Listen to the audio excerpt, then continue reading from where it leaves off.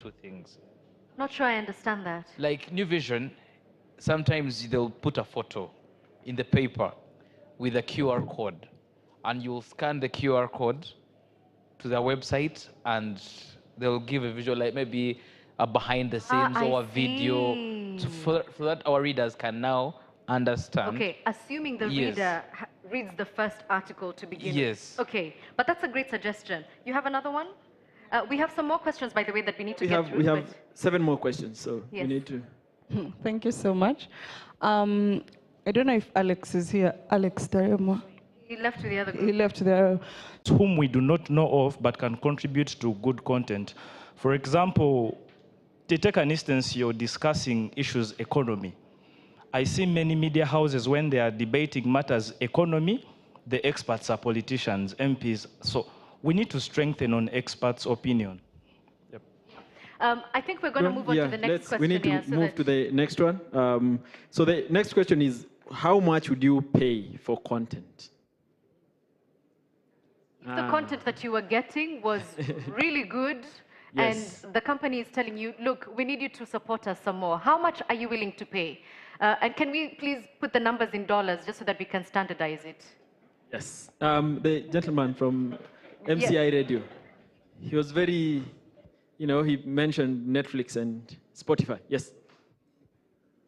Wow, thank you so much. Honestly, I think, okay, I don't know. I'm just giving my opinion, yeah? We're here. Perfect.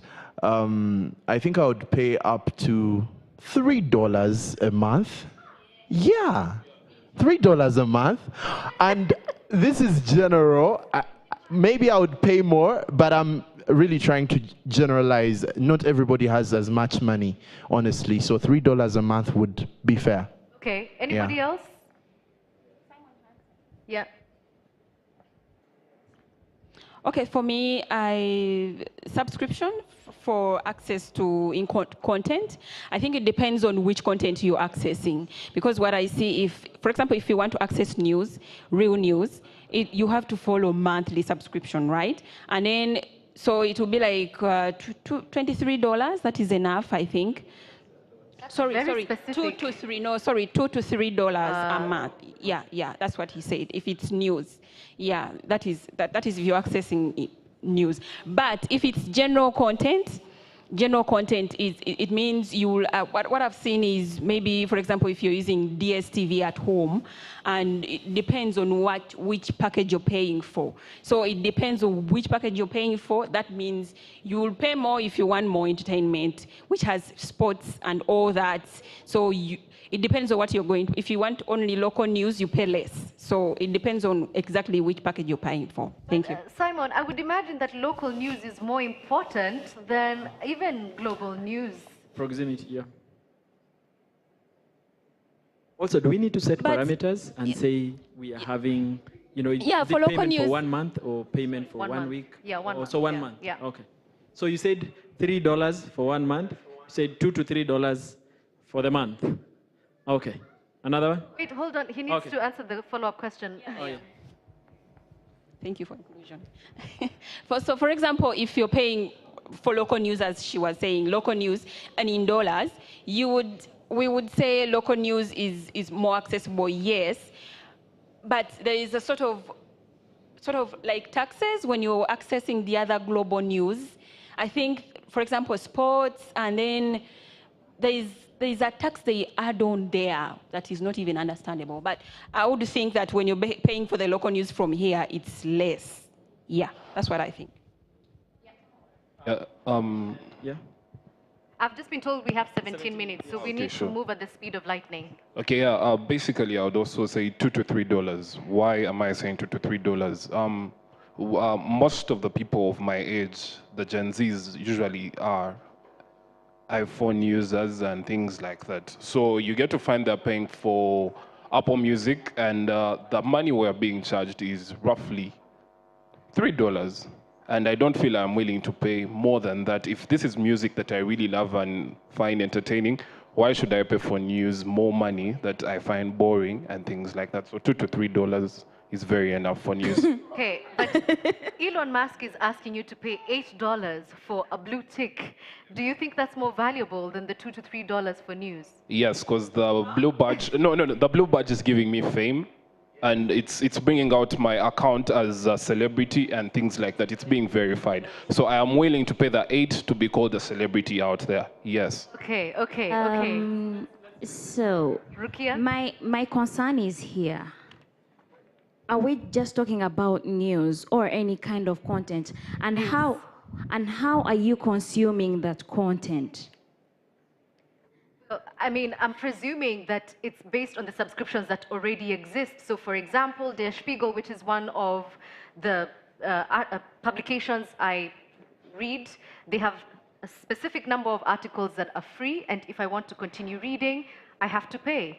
Same as the New York Times, same as The Economist. So for TV, I think that might be a little harder, but I think for online services, definitely subscriptions. And speaking from a journalist point of view, for me, I think I would pay a minimum of $10 because I have wasted, I'm not going to call it wasting time, but I have spent a lot of time thinking about this story and how I'm going to deliver it. You are interested in this kind of content that I am creating, and I need to be paid, or I need to pay myself to sustain my kind of practice and career, and I cannot underrate my services and whatever I am doing. So all right. Minimum 10 no, for we me. got it. Thank you so much. I just want to point out that the average $2 you're talking about is cheaper than most haircuts in East Africa. I just want to point that out. But let's move on to the next question, please, because we really don't have time. Mr. Secretary, we need to move on to the next question. Please hand over the microphone. I would pay. You need to hand over the microphone. There's no time. I think we can debate that later. Yes. So the next question is, where do you want it? Like on which devices or which platforms? How do you want to access this content? Your mobile devices is fine? Yeah. Okay. Mobile I think is fine. We can wrap that so we up. agree it's mobile, and we move on, right? Yeah.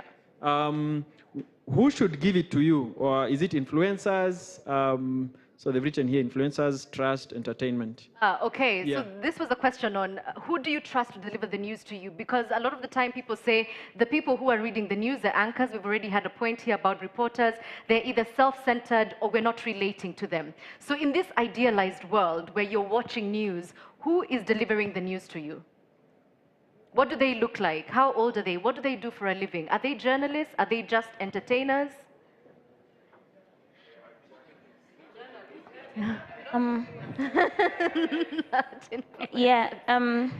Currently in Uganda, there's a little bit of Katogo.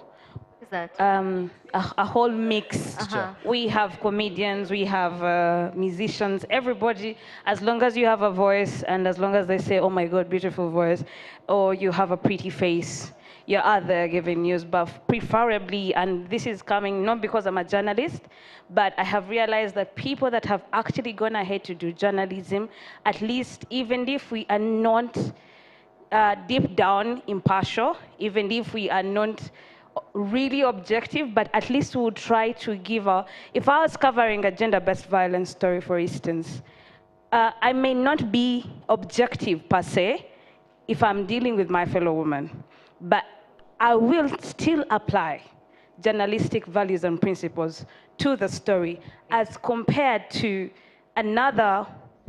If you go on Facebook and the gender-based violence stories, you just find insults and everything. Nobody is going on the other side. Then when you try objectively to go and ask, they're like, oh, are you being a sympathizer? Are you saying, nobody is saying anything, but journalists would deliver it better. Okay, anybody else with a point? Tula?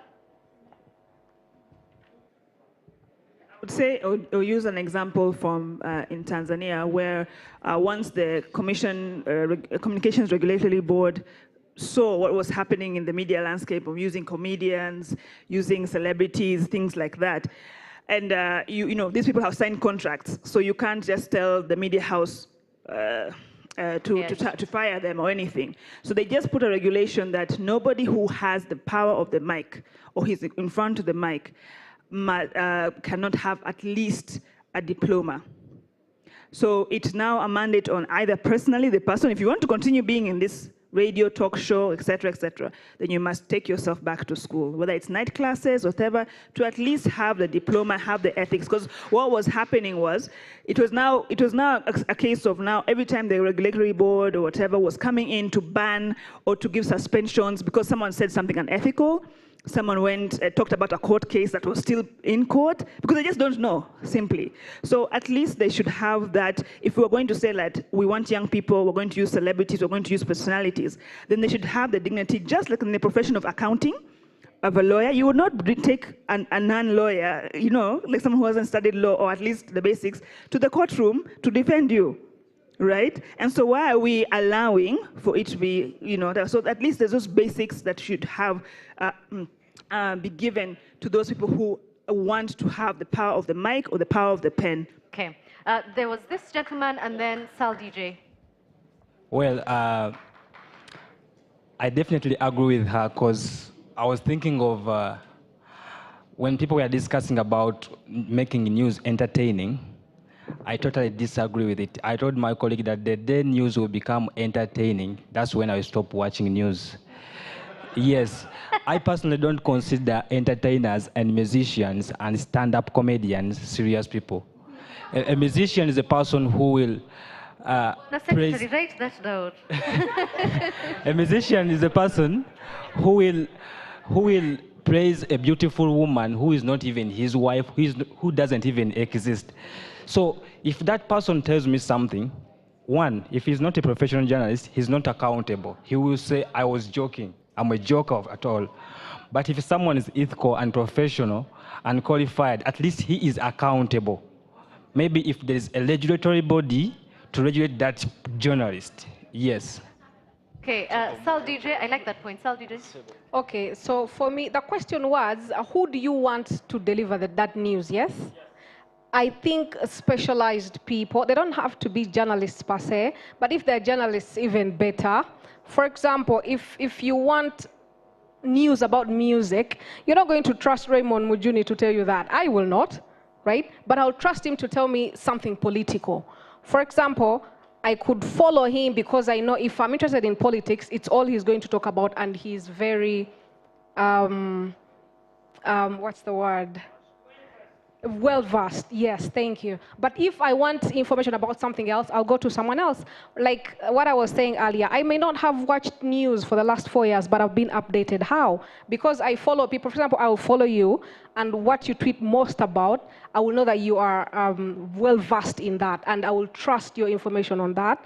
And someone else, I'll trust them on something else. Football, it will be someone else, and like that, like that. So specialized personality. Okay, so allow me to, give her a chance to speak, and then her, and then we can come back to those who've already spoken.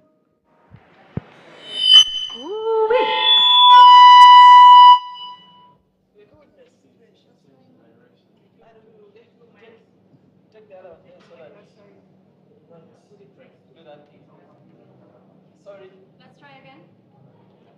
Okay, I think I would like the news to come from a journalist, from a media house, right? One, like you said, they have obligations to ethics. They have obligations to trust. If they are going to say something wrong, they can be held accountable. We can go to court for defamation or libel or any other thing. The most important thing and a critical tenet for journalism is trust. And I'm hearing us saying trust, but we are now giving trust to comedians, trust to people who are tweeting. The point is journalism has done its work, and if it has presented the news, it doesn't matter. We can hold them accountable. All right, thank you. I wanted to say that I agree, for example, with what the pre-current speaker said, but the challenge is when you find that journalists do not, okay, they take for granted the fact that they have the visibility and the trust from the people. they do not do the work. You can have a verified account or you can be known to be a journalist, but you're not doing the work. They do not read. They report carelessly for some of them. So, and then even you find that it's a challenge for like an entire media house. There's like a media house in this country, you're not going to, I think you have to be careful what you consume from them. So for me, I want to think that whereas I actually want you to consume my news from journalists, we must make sure that we understand the responsibility, we understand that people are relying on us, and then put in the work, like do the work, put in the effort. Don't just sit down and say I'm a journalist and then you treat carelessly or put out very careless information. So you'll come back here.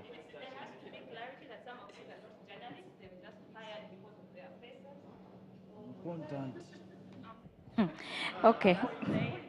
Yeah, so I think I would love it very much if this kind of information that I'm getting, I get it from a journalist, because some of the issues that we are facing as journalists who are growing in this is that we are competing with people who are assuming to do what we do. And all the time we've been in school, they've told us citizen journalism. At what point does this stop? And as a fact checker, we have also gotten in issues where you have to fact check someone's statement because they were speaking from an opinionated point, but from a person who cannot differentiate an opinion from a fact, they will take that as news. They will take it as something that they need to perhaps tell the next neighbor, have you seen? Have you read? But this person is just putting their opinion out there. So if I get that kind of information from Edith, I know Edith got this, and if I have to fact check Edith, then I am telling Edith, go back and look into whatever you're sharing on your platforms before you actually share it, because your kind of information that you're putting out there is having a certain effect. It affects the public. It influences decision making. Yeah. 3 minutes? My concern, one, I'm giving an experience. What does the society know as media people in Uganda? If you went downtown Kampala and wanted to buy a pair of jeans, it's most likely that they will give you a pair of ripped jeans. You said you're a journalist. It has happened to me. I said, I'm a journalist, I want a pair of trousers, and someone gave me a pair of ripped jeans. I went back to explain that there is of course, at the back of my mind, I knew there was a problem somewhere, because the people that we see telling some stories become the journalists in the eyes of the public. My other concern has been on the journalists that all of us don't want to talk about. Some of us, the so-called professional journalists, become clowns on social media, and you still want us to trust you at this end of taking in the news. If I've seen you behaving in a certain way, as we emphasize trust and ethics, that image will be taken away. I will then not trust you, even if you are being factual with the information that you're giving us. Prior to COP27, the journalists mentioned that Ugandan climate activists don't give interviews. And the other said, but in the comment section, because all of us have to learn from the feedback journalists get, the other said, but when you are at COP27, you didn't come to interview all the Ugandan representatives. Why then should we give you interviews now? Then one mentioned trust, and Monitor had done a story. Yet he was saying Ugandan journalists had not gotten interviews of these climate activists. So what did you do in that position? Because we have become clowns on social media, and you're a representation of a society. We cannot trust you. One final point, yeah? Simon, did you? Yeah, I think we'll wrap with Simon. All right, for me, I think just to be opposite to everybody, I would go by an influencer. Yeah, that's why they're called influencers. They influence me to follow a certain content. Unlike the past days when news was known for wazeis, for people of 40 years and and above. These days, young people, The above is wazee. hey, you're old one. So unlike the past, these days, young people watch news partly because of influence. Jeff Koinange, when he sits to anchor news, a multitude of youth sit to watch him because of the influence he holds. So I also think an influencer can influence the kind of content that I want to see. Okay, that's interesting. So Kabi, who is currently the highest ranked and highest paid TikToker, if he was able to use his voice as opposed to just doing this, you would listen to him interviewing the president. Definitely. Okay. Simon, let's wrap with you.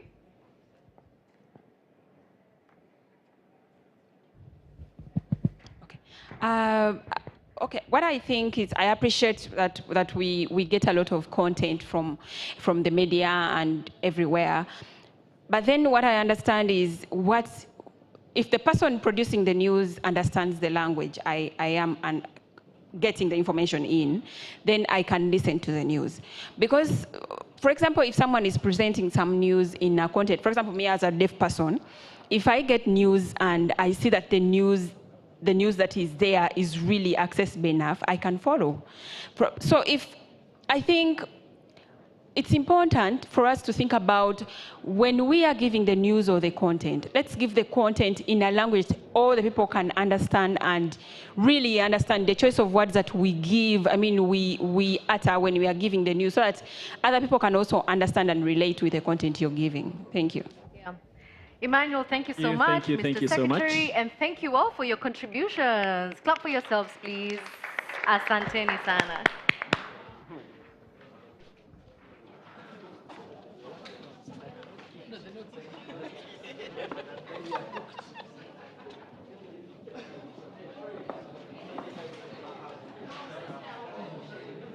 Had flip chats? We didn't have a flip chat with our voices. We just picked one up.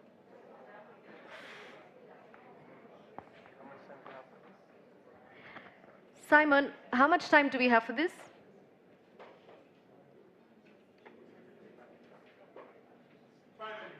5. Sorry? 20 minutes. Okay. All right. Is this a democracy or I just decide who's going first? Okay, guys. I think we'll give the team that was here an opportunity to take us through what you guys discussed. No, we want to see your answers first. You want to see our answers first? Come on, guys. That's what I was asking her, if it's a democracy or not. And we are still telling votes. You can go first. Okay. We were led by the fabulous Nelly. We're going to flip it just correctly just now. Baraka, would you help us so that the camera can see it? Simon, point of order. We did not receive a flip chart. There is lack of equality in this forum. Okay. I'll flip it.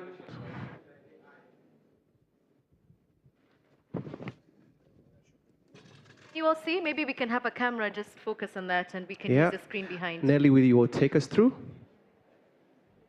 Okay, thank you very much. My name is Olivia. I am from the amazing group from the next room. We pretty much discussed everything and quite interesting ideas. And we shall start from the first question, which was, what content would you like to consume on legacy media? And one of the speakers talked about women conversations, feminism kind of content, because according to her, that's still lacking, or women-led conversations. 2, relevant health content, but packaged in a rather interesting and innovative and creative way. Then 3, community-based content, because that's lacking. Most of the content that's consumed on legacy media is not community-based. Can be local stories, local content, but it's not community-based. Then one of the ladies talked about future tech trends, and here she alluded to social media as that was the reason why we were having this conversation. So any future trends, especially technology related, should be available for the consumers. Then entertainment, of course. I remember he said work without play makes them a dull boy. Then solution-oriented content. Shall keep it brief. Then question 2 is how would you want to pay? How much would you want to pay for content?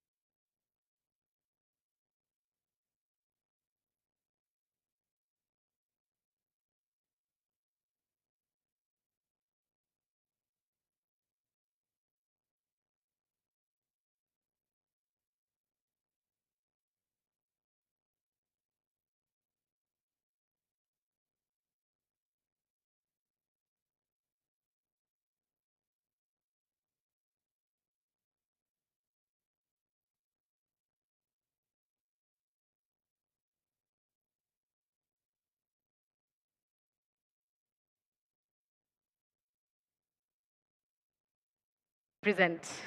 We did not get a flip chart. We worked smart, not hard. Can give it a second, or we're back.